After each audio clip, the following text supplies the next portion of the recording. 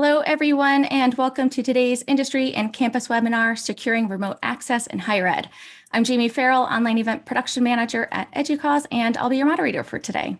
EDUCAUSE is pleased to welcome today's speakers, Blake Ketcham, Director of Information Security at Ames Community College, and Nick Cavalancia, Microsoft MVP and CEO of Tech Evangelism. We'll introduce them more in just a moment, but first, I just want to give a brief orientation on our session's learning environment. We really hope that you'll join us in making the session interactive. So please open the chat. To do so, you can click on the chat icon at the bottom of the presentation window, and you can use the chat to make comments, share your own resources, or to pose questions to our presenters. Be sure to select everyone from that chat dropdown so we can engage with each other.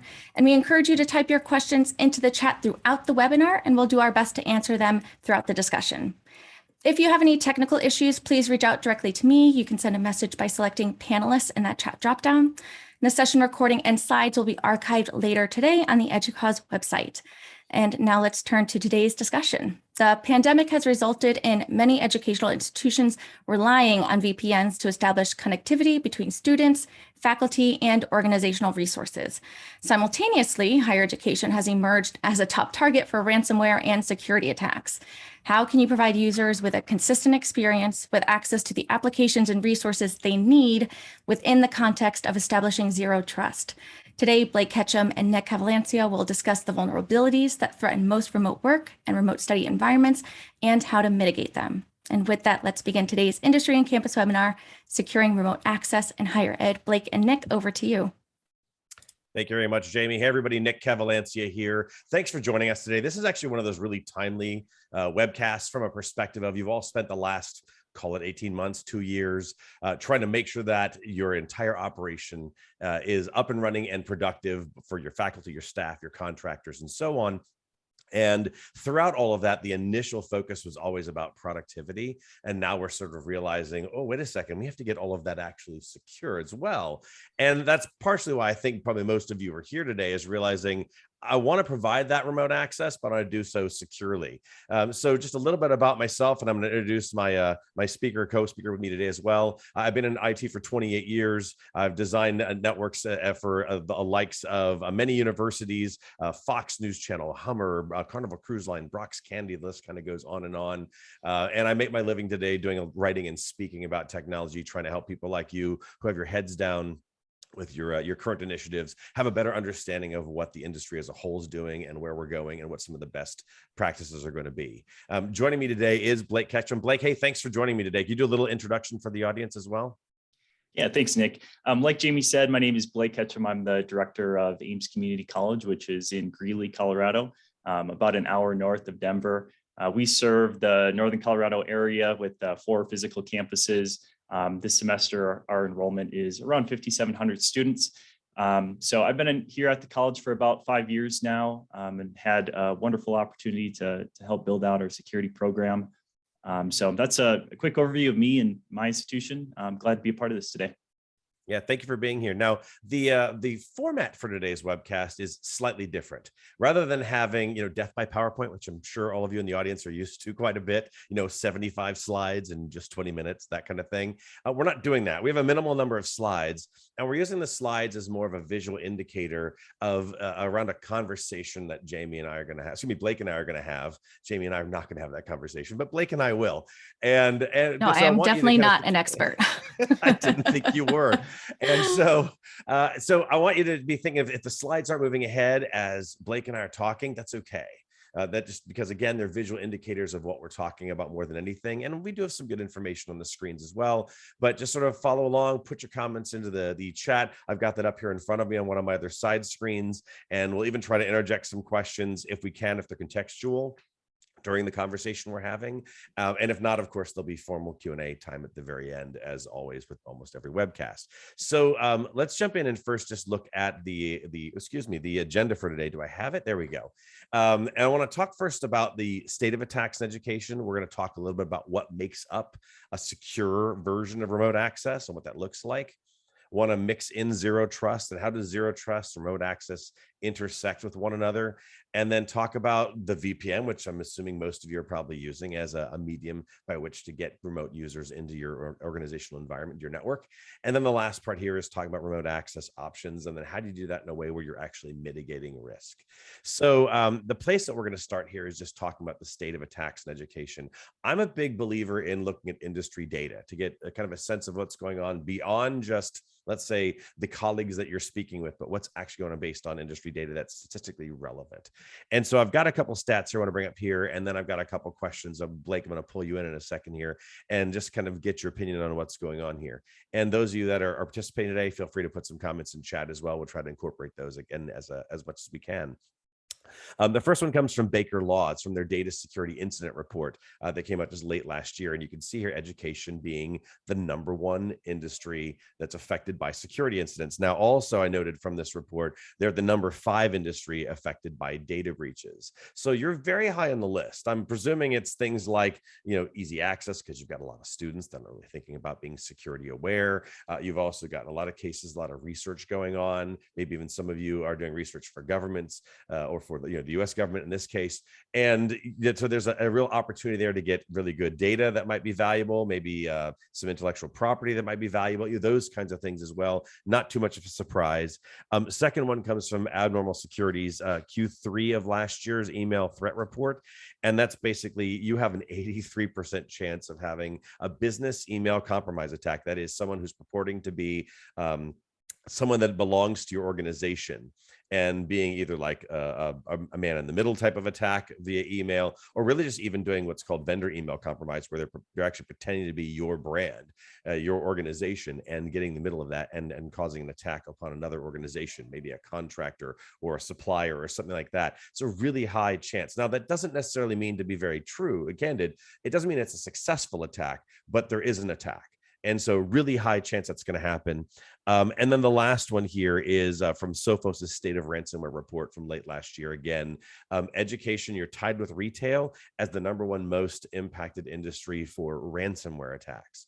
So if you're feeling it, there's a reason why you're feeling it. And it's because threat actors, cyber criminals, bad guys, whatever you want to call them, are very much have their sights set on the education industry. Now, Blake, I wrote a couple of questions down that I want to refer to here. First thing here is just from your perspective, being someone who's head of IT at an educational organization, is the state of attacks on higher ed, is it getting any better? Is it staying the same? Do you feel like it's getting worse? It's just sort of anecdotal and based on what your own observations are. What do you think? Yeah, no, I think what you just touched on in the numbers that you're showing on the slide is a good indication of what I've been seeing, and I presume a lot of us on this webinar are seeing. Higher education is really increasingly being targeted by cyber attacks, most notably ransomware. The pandemic has obviously had a tremendous impact on that, as a lot of schools, it just forced us to implement solutions in a fashion that was real quick to enable remote learning and remote work solutions. And so, unfortunately, those solutions that were stood up overnight have, almost inescapably become, now critical to our new normal for a lot of different schools. And, it's kind of the problem where the temporary solution becomes prod, but in a way that has some major implications, and, most notably security. And so I think when we think about the threat actors that are targeting higher education, I don't really think it's any coincidence that education in general has really experienced a lot of these, business email compromise and ransomware attacks in alarming rate, because even before the pandemic started, investments in cybersecurity were lagging behind a lot of different industries. And so when schools were faced with this, really unprecedented challenge, we responded quickly, but unfortunately, quickly deploying new infrastructure is not always particularly good for security, especially when it becomes permanent.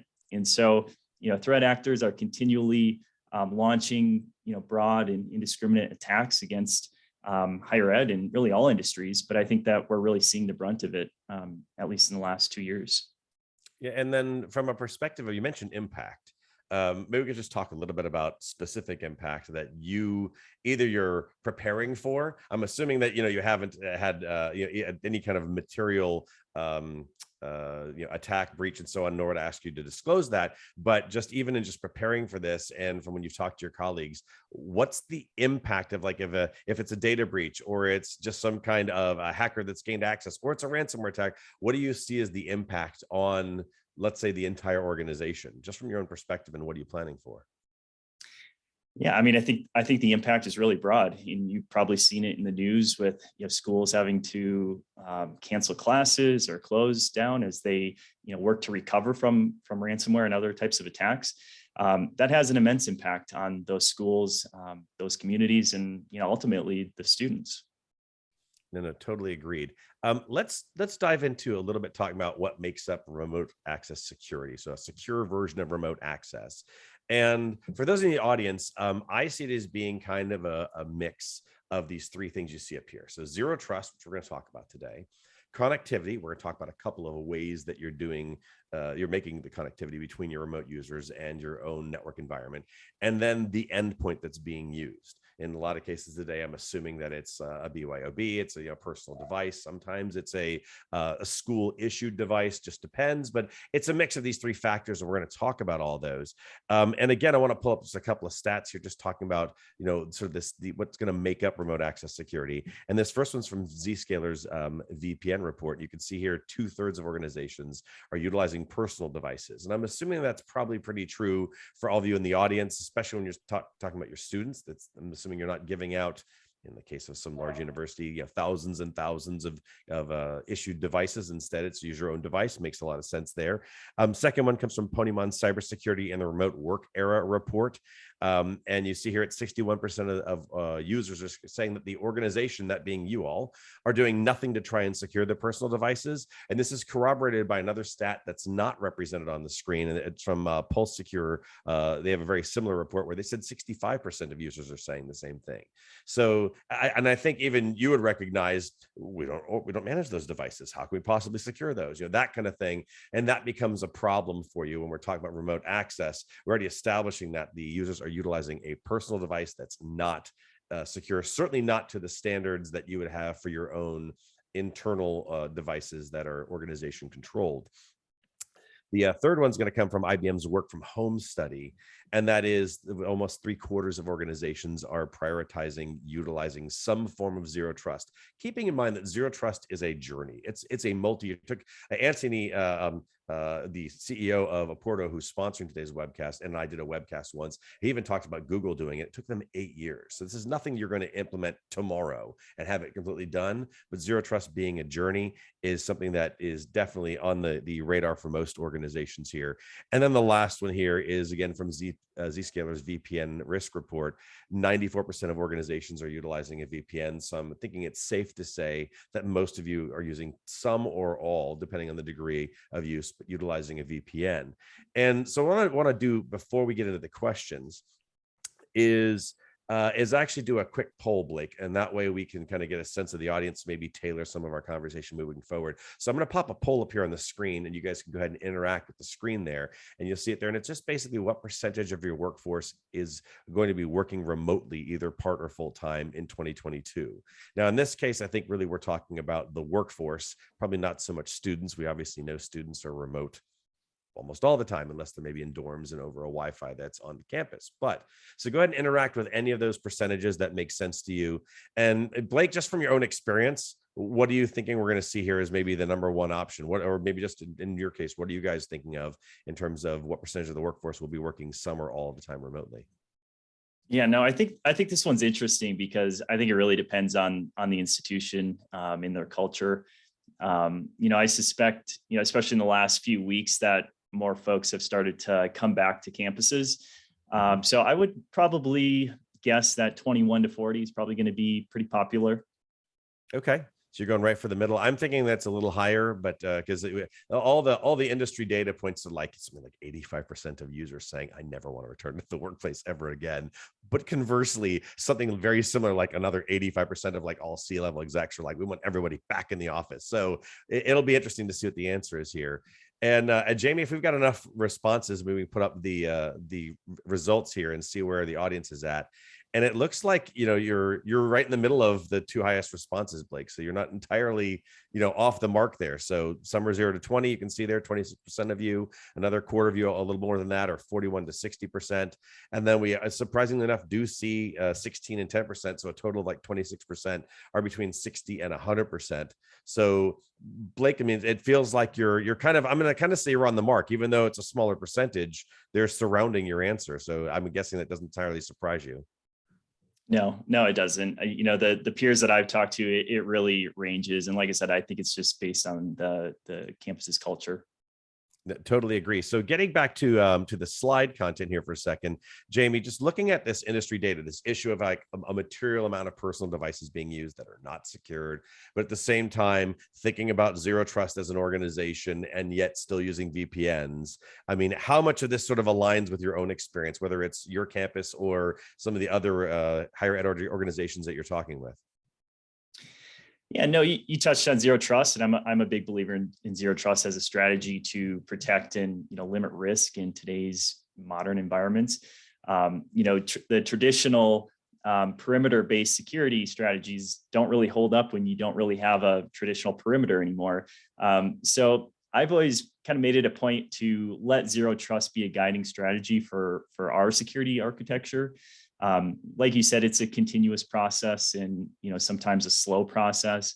I would say that, we're early in that journey, but we're really happy with the progress that we've made. And the schools that I've talked with, it seems like they're at varying stages in that journey as well.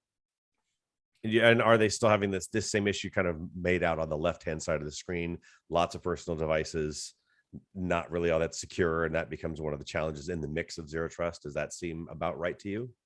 Yeah, and especially in the last 2 years, as like you alluded to in the previous slide, we just didn't have enough devices to hand out to students. So naturally, those personal devices came on campus. Mm-hmm. Yeah, that's not surprising. So you mentioned Zero Trust, and you do kind of honed in on that real specifically. So let's spend a couple minutes and talk about that. And for those of you in the audience that aren't familiar with Zero Trust or aren't that familiar very much with it, I wanted to kind of do a quick primer about it, because the reality is, as much as I've even shown some industry data, it really should be the goal in the long run. Particularly, Blake, you kind of hit it on the mark. The traditional perimeter is that's hard to say. Traditional perimeter is it's no longer really existing anymore, and so we need to have kind of a new way of thinking of going, how do we secure this? And it's almost in the same thing of like, take the analogy of, let's say, just crossing geographies, maybe moving from, in our case, from Canada to the US. Sure, there are lots of border control, but there are spots in the US and Canada where they bump up. It's like, there's somebody waiting every 10 feet blocking people from coming in. There are points where they can still get in. And so in that same way, there's no traditional perimeter. There needs to be some way of validating if someone should be having access. And so if you're not familiar with Zero Trust, this is the guiding principle. It's really simple. It's never trust, always verify. The real world analogy you can think of is if you go through passport control at another country, what happens? That person, you walk up to them, who's the passport control officer, and he or she is looking at you with those, beady eyes, scrutinizing you, looking if you see you shaky or nervous, or they ask you, where are you staying, how long will you be here, and all those kinds of questions. Basically, their default stance is no, you're not getting in unless you answer my questions and you satisfy my curiosities. Then I will verify you and allow you to walk through. Otherwise, you're going back where you came. And that's the same kind of idea with Zero Trust, is to do that. Now, NIST has a document that was put out, I want to say it's 2 years ago, and it's been updated since, and it's 800-207. You can literally just Google NIST 800-207, and you'll get the NIST definition for Zero Trust, and putting together a Zero Trust architecture real fast. But I want to grab a screenshot from there that I wanted to put up that sort of makes the point of what Zero Trust is in maybe one image. And by the way, there's lots of ways to do that. If you're familiar with this document, you know that there's a number of different graphics that look just like this one, but are slightly different based on the connectivity and the configuration of the environment. But this kind of, I thought, presented itself as kind of a high level overview that for the audience here. And the subject over on the bottom left represents, let's say, one of your users, whether it's a contractor, staff, faculty, one of your students, and they're on their own endpoint or whatever it is over on the left. They want to connect to the bottom right of that image. They want to get to the resources, whether it's an application or some data or whatever it is. And so what happens in the middle of all this, they have to connect to something, some set of solutions that, and the most important part is the fact that those solutions are going to reference, if you go up to the top middle of that image, some kind of policy engine, which implies there's a whole bunch of policies in place that dictate what those rules are. Those policies are like those rules that you tell that passport control officer, make sure that they don't look shifty and they're not nervous and they don't look like they're carrying something in their bag and they answer all the questions right. They've given them the criteria by which to know, okay, you can let that person in or you shouldn't. And so in the real world environment, it's more like, what endpoint are they coming in from? What's the account being used? What's the resource they're asking? Is it what time of day of week? Is this normal? What IP address are they coming from? I mean, all those kinds of facets all kind of come into play for Zero Trust, and a lot more. There's a lot more. I'm kind of simplifying it down, but that's the principle behind kind of Zero Trust here. And so, Jamie, Jamie, I did it again, Blake. I'm so sorry. So Blake, you've talked about, sort of equivalency with other higher ed institutions with some of the other questions here. But maybe we can just talk about your own organization for a moment here. You mentioned it a little bit that you started down this path. So can you talk about where your college is today with Zero Trust, and where do you believe maybe all of higher ed is with Zero Trust in terms of just in talking to your other colleagues at other schools? Yeah, like I mentioned, we're early in that journey. I think you alluded to this earlier, that it's not something that you can just implement and say you're done with it. It's an ongoing process, and there's really, in my opinion, no end to it. So, like I said earlier, we're earlier in that process. I think that there is a early stage and late stage, and I think schools are in various phases throughout that journey. Most that I talk to, it seems like they're earlier in the process, but obviously there's others that are further along as well. No, I'd agree. Again, it's a multi-year process. We had a question kind of come in as more of a comment from Bob in the audience. He said, aren't we missing a large portion of the actual demographic for who the threat comes from on a university network? He says it should be staff, faculty, and students. And it's an actually interesting point, Blake, just thinking that the idea of them falling for, let's say, phishing attacks or social engineering, those kinds of things. And while that's a whole other webcast, but that could be things like security awareness training and all that. But does that also the individual concern you when you're thinking about, let's say, remote access, what kind of device they might be on, whether you're going to allow them in or not? Does that kind of factor in for you as well? It does. And, that's really getting to the point of Zero Trust, is that regardless of whether or not they're on your campus network or, from some other country, we're treating that all as the same in terms of trust. And Nick, you talked a lot about different data points like IP address, location, device posture. Those are all things that we need to consider in context of Zero Trust. No, I totally agree here. So I've got two polls that I want to use just to sort of establish a little bit of context for the rest of the webcast here. I'm going to put the first one up here, and it's just really about where each of you is in your Zero Trust journey. So you can go ahead and interact with the screen here. And the question, of course, being where you're at in that journey. And it's just beginning. You're identifying solutions, policies, and best practices, but nothing yet in place. The third one there being you have some solutions, policies, and best practices in place, or you have it fully established because some of you are maybe ahead of the curve. And just looking for better ways to actually further secure the desktop. So go ahead and click on the option that makes the most sense. Now, Blake, you said early on, you guys have started some of your adoption, but you think that higher ed sort of is a little bit of all over the place. What are you thinking we're going to see here? I think it's just beginning. Is it identifying solutions that they have something in place, or they're, I'm thinking you're probably not going to say fully established. So what's your thought? I think it'll probably see a lot of schools just learning about it, exploring it, and also just ones that are just starting down that road. It's Zero Trust is really, it seems like more of a cultural change than it is a technology change, and those types of cultural changes can be difficult. And so I think because of that, we'll probably see a lot of people just starting down that road. Now that makes good sense to me as well. I see that that same kind of sentiment that you're thinking of across just about every industry in the same way. They're trying to figure this out. This is going to be a big change in how we do things. And add back in, though, the technology changes that are going to have to come. Different solutions have to be in place or different methods of integration. So let's take a look at the results that we've got here and just see where everyone's at. And you've got almost an even split when no one's got it implemented, and it's like a third between just learning, trying to find solutions, and have something in place to some degree. So I'm going to guess not too surprising, right, Blake? Yeah, no, I want to get some pointers from the one school that has it fully established. We'll take it from them.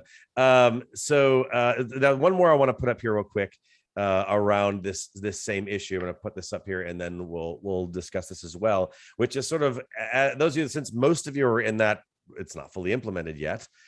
What is the top priorities here? Is it preventing malware? Is it, which of course, meaning as all other cyber attacks, data leakage, reducing the attack surface overall, improving access management, improving compliance, and you can check all that apply here. So any one of those that seems to apply, or more than one, feel free to do that.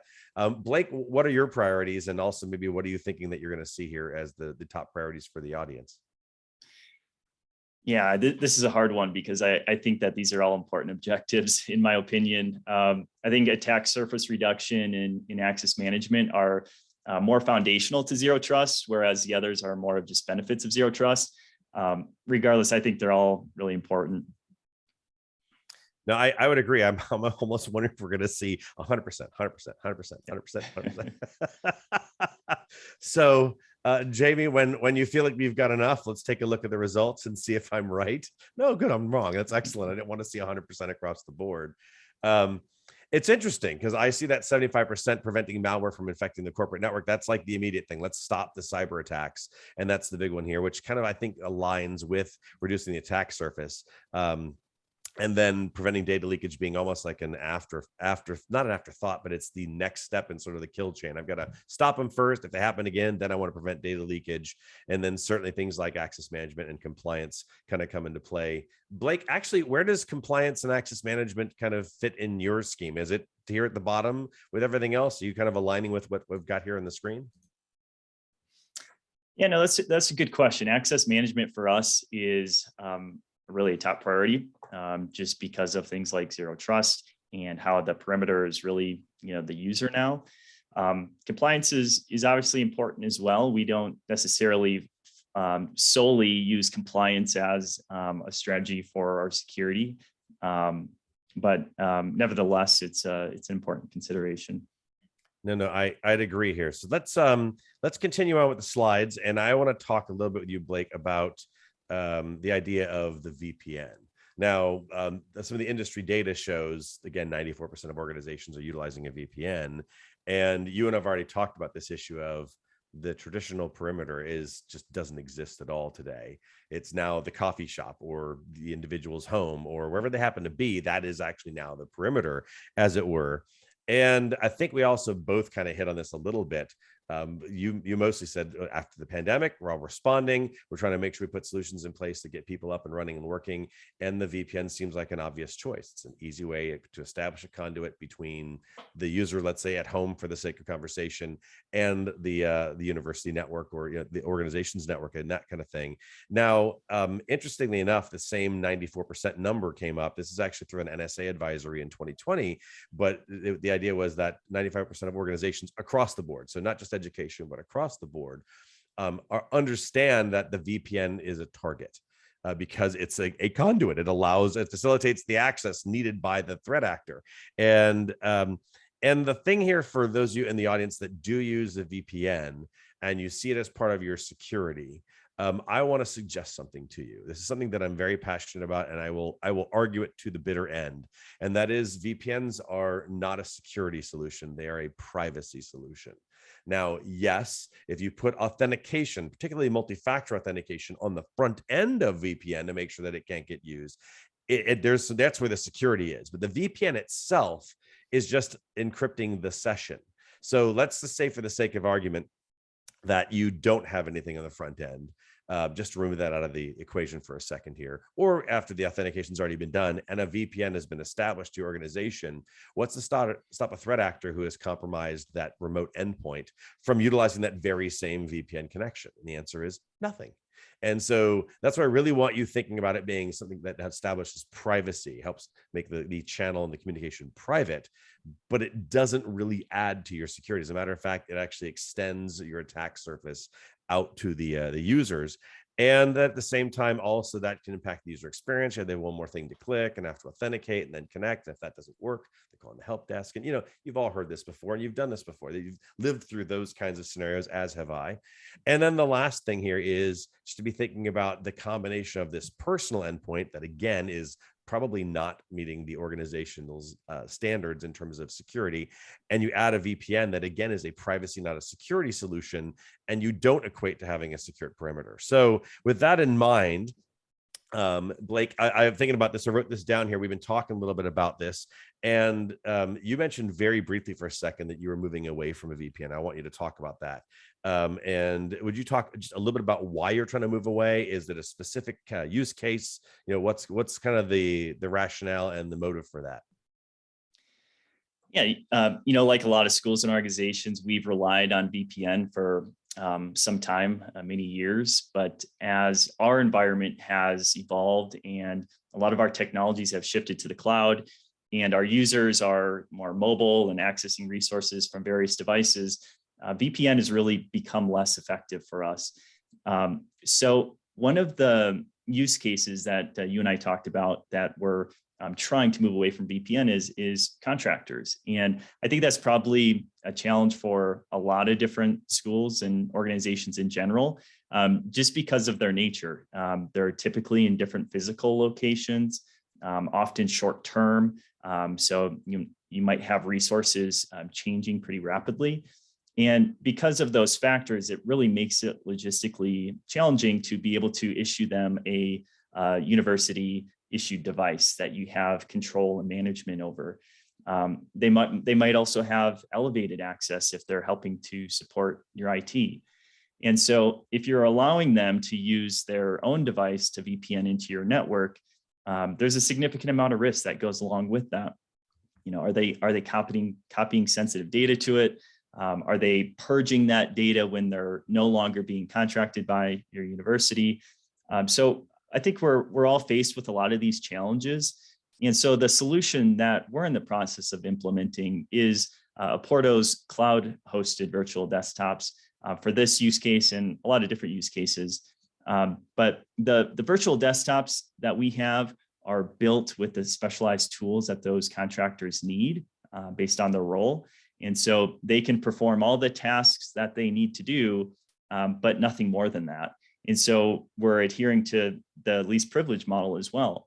And so when we combine this with our robust identity management practices, we can ensure that when we have a contractor come in, they're ready to go on day one, because they have a role assigned to them in our identity management, and we have a desktop assigned to them within Porto. And so they're up and running on day one, and we're able to limit the risk at the same time.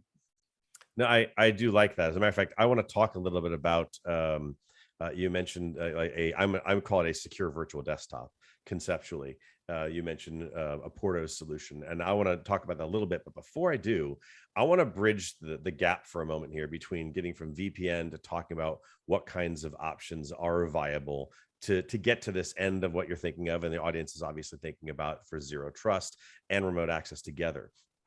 And if you think about it, if you buy into my argument that it's about privacy and not security, then the VPN is just a secure conduit. Is all it really is. It's virtual private network. It's a secure tunnel. That's what it's designed to do. And if you were to look at the NIST guidance on implementing a zero trust architecture, again, 800-207, there are 7 tenets that they have within that document that you're trying to achieve by establishing a zero trust architecture. And there are 5 that I think actually do apply to this idea of connecting and having remote access for your remote users. And so I've written down the 5 here. And I'll kind of walk through these just briefly here, but all communication is secure regardless of network location. Okay. And so over on the right, the question is, does a VPN meet that? And yeah, it does. All the communication is secure. So I give it a checkbox, right? And I'm doing this at very high level, very broad stroke. So obviously we could have lots of discussion about what if you have this in front or have that after. I mean, yes, I know, but just as a high level kind of discussion, just a VPN in and of itself, it is secure, got that checkbox. Second one says access to individual resources is granted on a per session basis. Obviously, VPN has nothing to do with anything of that nature at all. It doesn't have anything about granting per session or let alone actually granting to individual resources in the first place. So I kind of give it one of those Ghostbuster no signs. I don't even know if that's even called, but it's not a checkbox. Maybe I should put an X. That would have been better, but I got the Ghostbuster no sign. I'm dating myself too, but that's okay. The third one here, access to resources determined by dynamic policy. I mentioned things like IP address and what workstation are you on and what day of the week and what time of day and those kinds of things. It's attribute based and it's dynamic. And again, VPN doesn't do anything along those lines. Enterprise monitors and measures the integrity of security posture. It still gets a big no because VPN doesn't really help with that, except for the fact that it does make the user look like they're on the corporate network, which I do like from the standpoint of then at least now you can monitor, let's say, network traffic or something. So there's an after ability that it's helping facilitate as opposed to them being completely remote. And then the last one here, collecting as much information as possible about the current state of assets, network infrastructure. Obviously, it does nothing to help any of that. So VPNs are really only really helping one of the 5 tenets that have to do with communication, because communication is necessary and having that user on the corporate network is part of these 5 tenets that really do apply in this case, but only one applies to VPNs. Now, Blake, where I want to bring you in here a little bit is talking about some of these options. And I think for those in the audience, you have 2 parts to the equation of establishing remote access.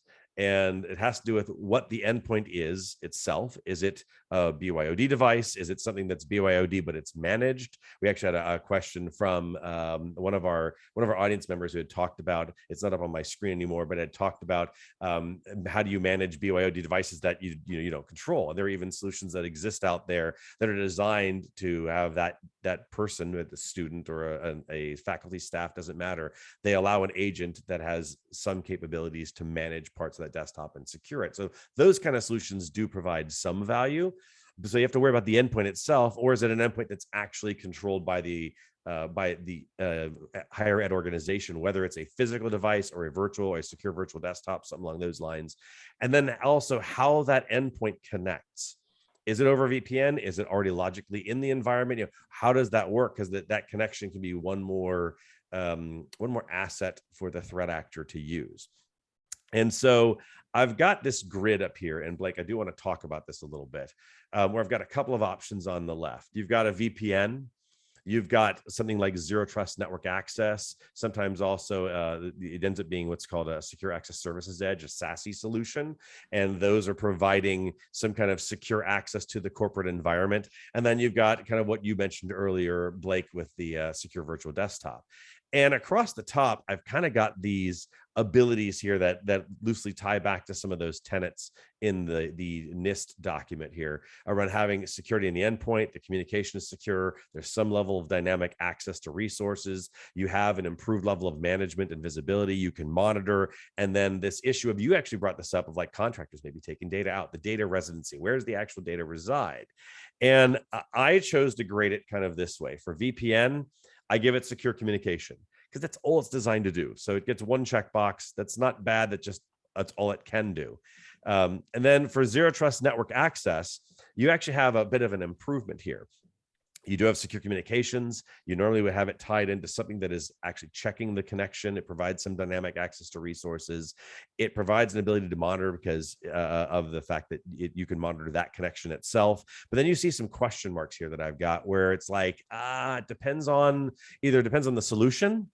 Like, is management improved? I don't know. Usually network access, ZTNA just usually provides access, just like VPN does. So you really shouldn't necessarily have improved management.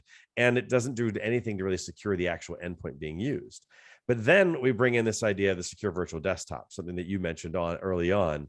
In this case, it is a controlled, established desktop that you are actually creating for your contractors. So you have the management, you have the security that you want on that endpoint and so on. And then they have secure communications to the corporate network. So what I want to bring you in on here is thinking about which of the requirements across the top, first off, are the ones that are important to you as you're sort of trying to plan and implement remote access, mixing in zero trust, the actual sort of end result and the practical application of security.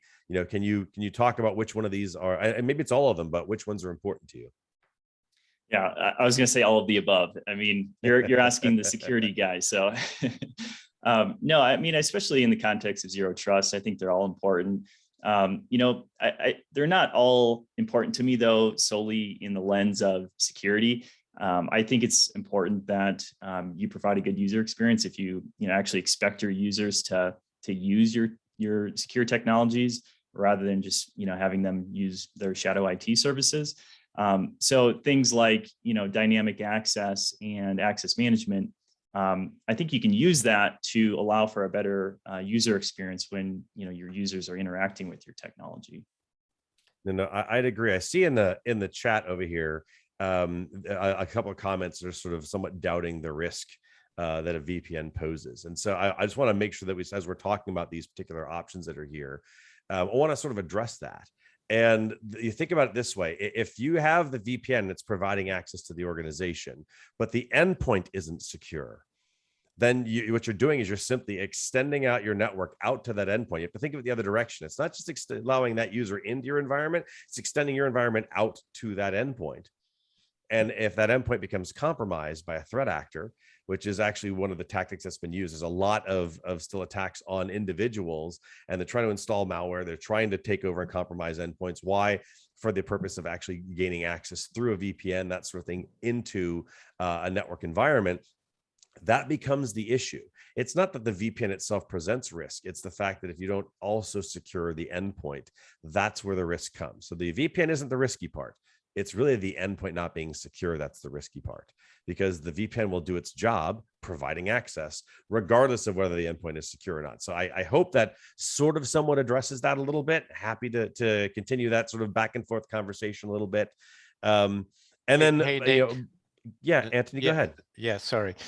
There was a point that was really well made in the chat, and I think it really adds to this conversation. Somebody was saying that you made the point that where the IPs are coming from still matters, but if you believe in zero trust, one should not take into consideration where is that person coming from, right? It's all about policies and whatnot. And I just wanted to voice an opinion. Please bear with me. And the idea to me of security is all about layering. And to give you an example, we all realize that using an account with a password is probably no longer a secure approach. So what did we do? We added two-factor authentication. In fact, for some of the resources that I use, we have three-factor authentication, right? When I log into some of my accounts, I get an email address, I get a notification to my device. So it's all about layering. And what that says is that the old ideas of blocking an IP address based on its location is certainly still a very valid idea. That does not mean that that's the end all, but it's an idea that still has validity and probably should be applied. I think in today's environment with what we are seeing, in Eastern Ukraine, I think, allowing IP addresses from Russia doesn't probably make a lot of sense. So it's all, to summarize, it's all about layering technologies of security and not necessarily throwing out the good, with the bad. Yeah, I'd agree. I can see that here in the chat here. The other thing I'd add to that is with zero trust solutions that are watching those factors, there is AI and machine learning that is actually looking just to see, is that normal? It's that whole idea of, is that abnormal? Should it be suspicious? Yeah, I think the point, I can see it here. It's actually coming from Glenn. And the idea of the source IP in and of itself on its own, of course, that's not, that alone isn't enough to determine if there's risk or not. But it's also looking at things like, is it an IP that this particular device and this particular user account is normally coming across with? And then obviously, if the person is moving around the entire US all the time, they're going to have different IPs every time. So then it becomes a factor of saying, oh, for this person, the IP address is always different. So let's look at the other factors and step those up. Is this request normal? Yeah, they normally try to go to that particular server and access that application. Okay, those kinds of things. So to Anthony's point, it's certainly not something you'd throw it out, but at the same time, it might be less important based on how that particular user acts within the context of zero trust. It's back to the idea of the passport control officer. You're coming in today into our country, but you're coming from, I'm in the US, so you're coming from Jamaica, but then the next week you're coming in from the Bahamas, the next week you're coming from the Cayman Islands. I'm in Florida, by the way. So these are really close, foreign nations for me and that sort of thing. I'm coming in from Cuba. And so the idea that each of those different countries representing sort of different IP addresses, but if that looks normal to the passport officer, they're going to go, oh, you come from all kinds of countries all the time. You travel all the time. Okay, stamp and you're off on your way because that looks normal. Blake, anything to add to that? No, I think that John brought up a good question here, though. And his question in the chat was, let's see if I can find it here. Basically asking, can your secure virtual desktop be compromised, just like your remote endpoint could be compromised? And I think he brings up a really good point with that. I think the answer to that is yes, they could both be compromised. But if you're able to use your security controls of your data center where your VDI is hosted, whether that's on-prem or in the cloud with Porto, they have security controls within their data center that the remote user at Starbucks does not have. And you can use your own security controls on that desktop as well, whether it's EDR, your SIM, and so you have much more visibility and control over that desktop that is being hosted in your data center or in a Porto or wherever you decide to do that. Yeah, certainly the threat surface is reduced in that case. Sure. Not to mention that the data is always in the cloud, in the data center. It never resides on somebody's laptop, right? 70% of all data breaches happen on somebody's laptop, somebody's own device. If the data never gets there, that's another layer of security. What do you think, Nick? Totally agree. That's one of the things why data residency is over here on the right-hand side. And it's actually really important. The data, you heard Blake even talk about one of his biggest concerns is like contractors taking data out with them. And that becomes really tough. You'd have to have some kind of like user entity behavior analysis type of solution in place, watching what the user is doing in order to double check if they're actually emailing something out or copying data over and those kinds of things. That becomes really tough. In this case, in the case of like secure virtual desktops, the device, the end device, the endpoint is logically in the network. It's never actually out at the Starbucks. So looking even beyond, Blake, what you had said about you have more security, of course, with the like a virtual desktop, but you also have a better control over data residency, put a DLP solution in place, things like that. It's the difference of basically saying, do I want them to do all their work on their own device that I have no control over, or do I want it on an endpoint device that I have complete control over and is designed to be secure? That's really kind of the difference here. We've got 13 minutes left and I want to kind of sum things up. And Blake, I know you've got a case study that we want to cover here. So I'm going to charge on here and kind of sum things up here and throw a couple of questions at you if we can. The reality is, with an insecure endpoint in the equation, your VPN is extending the threat surface, is what it's doing. It's simply allowing it to go out to the Starbucks, to kind of paraphrase Blake here for a second here. And zero trust is going to require that the endpoint be a part of the equation. You can't just say, how am I going to secure the connection? You also have to think about how to make sure the endpoint itself is secure, so that there's no way for piggybacking on to, let's say, a user's credentials that are already established on an endpoint itself. And so partially the answer happens to do with a secure endpoint, partially has to do with a connectivity method from that endpoint, logically wherever it is, to the corporate network and its resources, and thinking along those lines. And then I think that this is really also just one portion of a much larger conversation about how do you attain zero trust? What else do we have to worry about in terms of establishing a defense in depth strategy with some kind of layered approach to your security? The answer isn't just secure your endpoints and everything's fine. That's not the answer. The answer is this is just one of many facets here. So Blake, I wrote this down here. Would you maybe talk a little bit about how you're working to mitigate your risk, both from sort of a remote access perspective, and then maybe even sort of a broader position of trying to stop attacks? Yeah, for us, we think it's really important to ensure, you mentioned defense in depth in the slide here.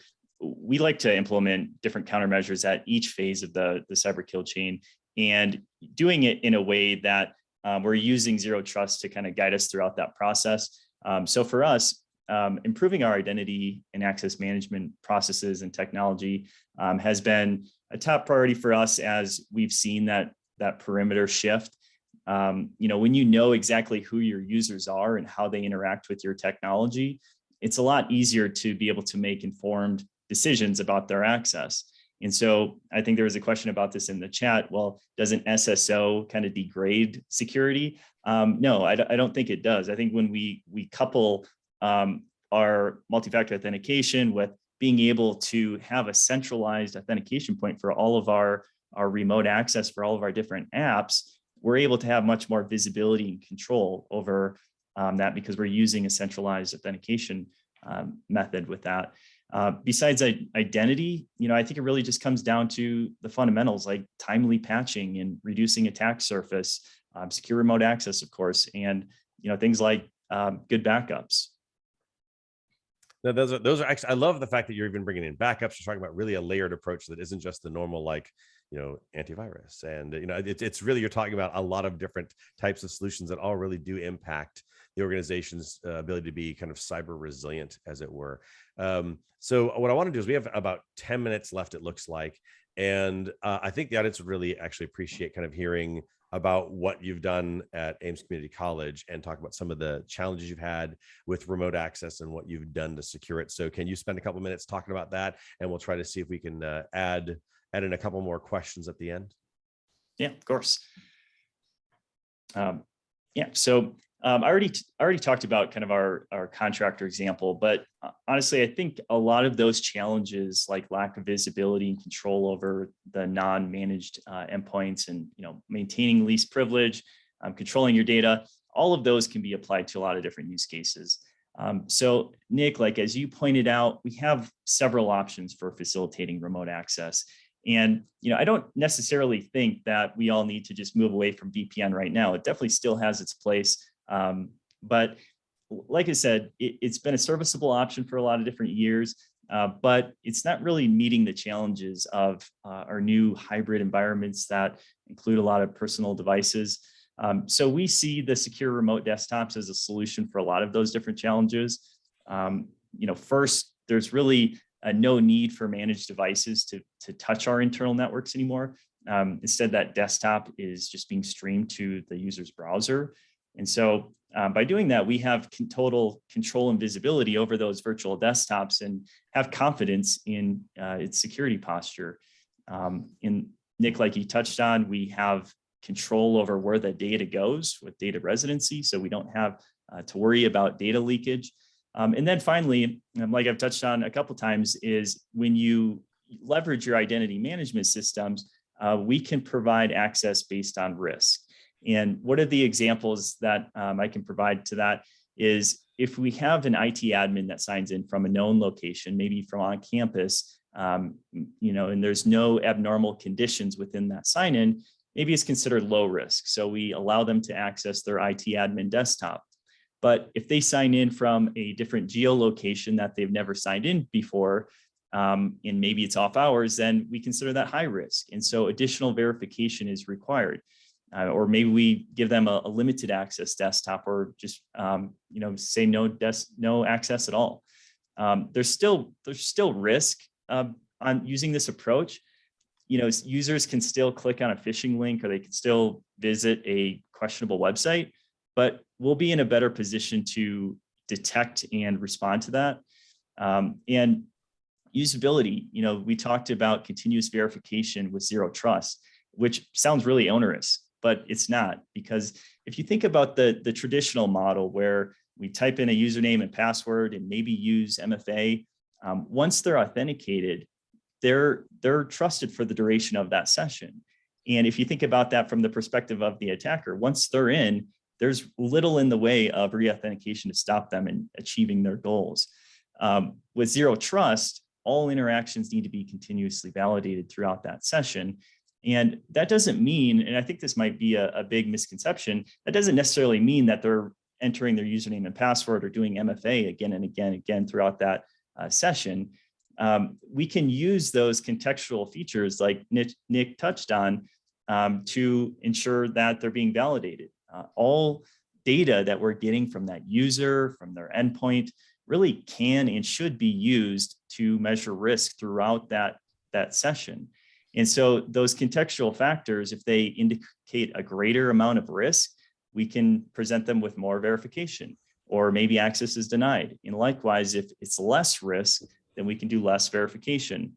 And so really, I think the net result in that is a better user experience, because I think for the vast majority of our users, they're not engaging in anomalous behaviors that would result in a poor user experience where we're prompting them again and again. Know your users and control your data. Again, identity management is key to that. I'm sure you've gathered that from me by now. There's definitely a lack of control and visibility when you have disparate identities across a number of different systems. But once you're able to consolidate those fragmented identities, you can control them in one authentication system and monitor that. And you have a lot more information and a lot more data to make those risk-based decisions about access. And then if you're using a solution like a Porto, you can even take that a step further and streamline that remote access so that the user is up and running on day one, regardless of their role. And then the last thing, use preferred device. We all have our preferred device in OS.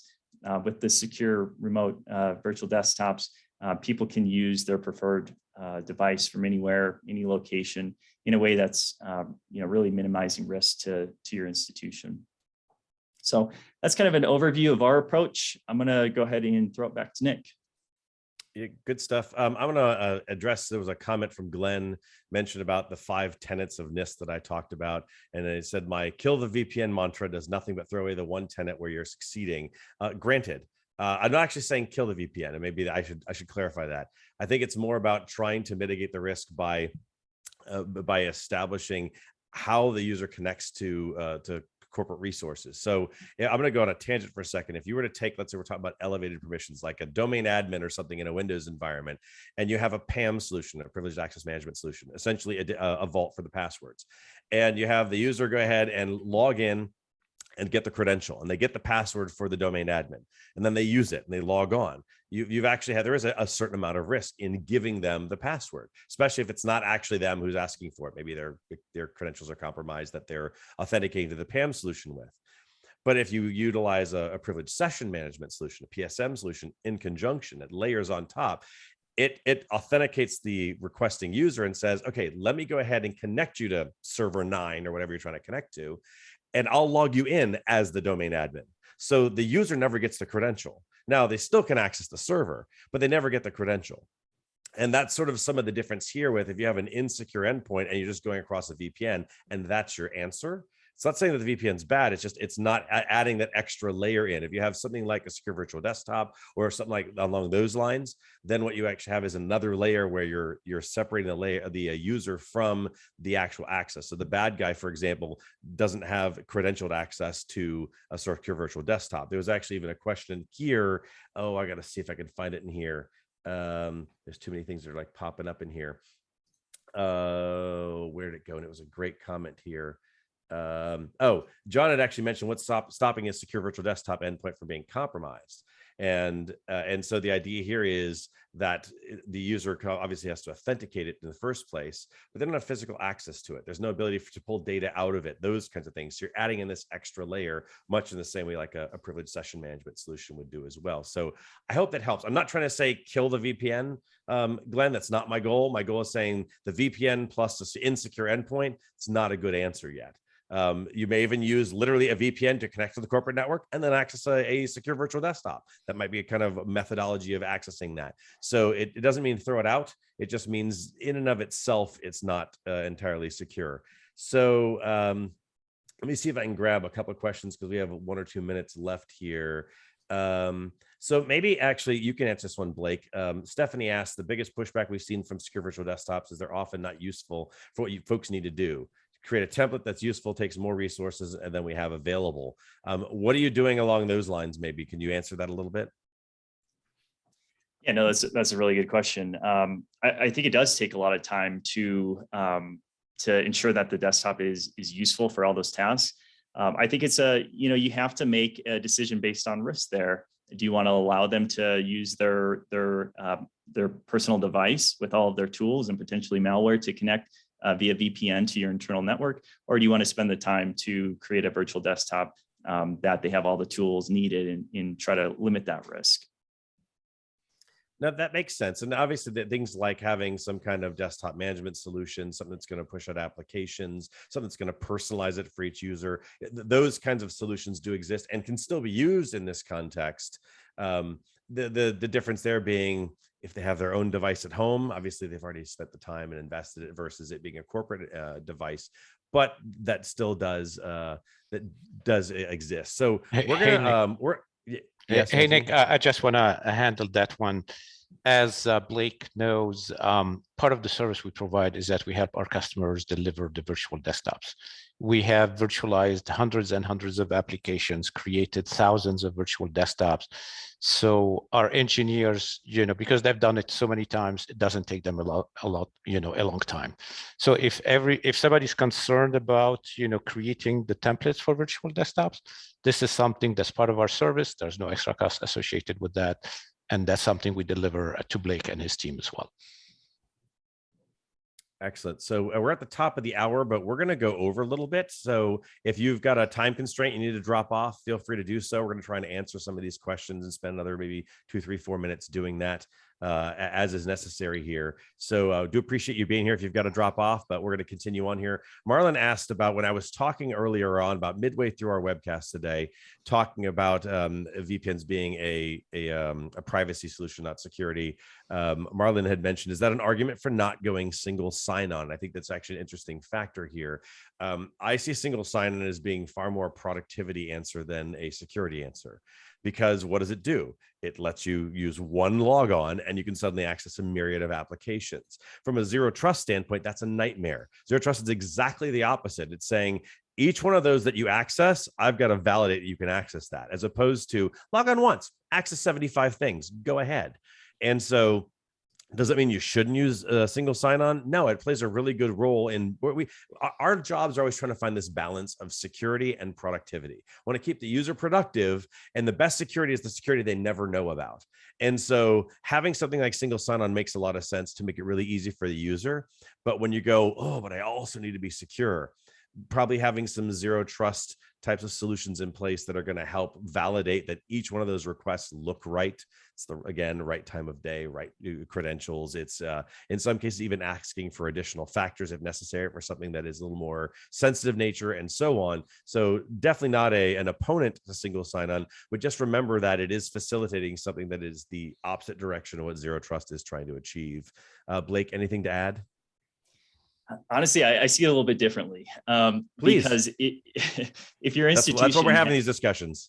Yeah, no, if your institution has 200 different cloud applications and you're trying to manage those all individually, then that's not going to bode very well for security. And so I see it as your single sign-on identity provider is your policy engine in terms of zero trust. And so you're using that to build out your risk-based policies for all of those cloud apps. And, maybe they're hosted in your data center, but either way, you need some type of central system to be able to measure that risk. It's interesting. I think we're actually saying the same thing, because I'm actually saying having some kind of zero trust solution in place that's doing that evaluation to evaluate the risk that comes in. But I agree, it's necessary because I've actually seen like the average organization has, I think it's 1,100 cloud applications.